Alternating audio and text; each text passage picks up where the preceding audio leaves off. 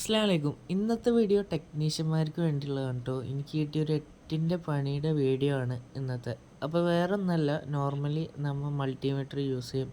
Okay, എൻ്റെ കയ്യിൽ ഉണ്ടായിരുന്ന ഒരു സൺഷൈൻ്റെ ആണ്. അതിൻ്റെ ബാറ്ററി കഴിഞ്ഞപ്പോൾ ഞാൻ ഈ ഒരു യൂണിറ്റിയുടെ മൾട്ടിമീറ്റർ യൂസ് ചെയ്തതാണ്.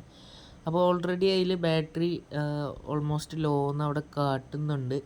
ഞാനത് ശ്രദ്ധിച്ചു, പക്ഷേ മിക്ക മൾട്ടിമീറ്ററിലും അത്യാവശ്യം ലോ ആയാലും അത്യാവശ്യം കുഴപ്പമില്ലാണ്ട് വർക്ക് ആവാറുണ്ട്. ആ ഒരു ലെവലിലാണ് ഞാൻ ഇരുന്നിരുന്നത്.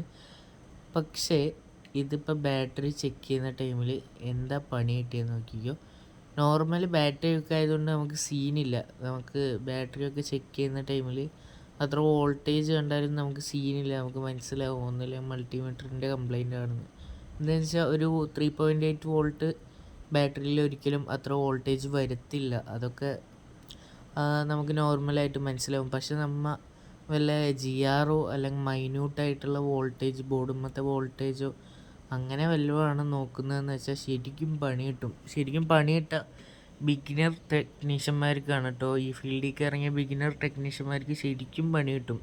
അതെന്ന് വെച്ചാൽ പ്രോപ്പറായി ചെക്ക് ചെയ്യുന്ന ടൈമിൽ GR കൂടുതലോ കുറവോ ഒക്കെ കാട്ടിക്കഴിഞ്ഞാൽ, അല്ലെങ്കിൽ വോൾട്ടേജ് കൂടുതലോ കുറവൊക്കെ കാട്ടിക്കഴിഞ്ഞാൽ പെട്ടെന്ന് അത് സെറ്റാകത്തില്ല.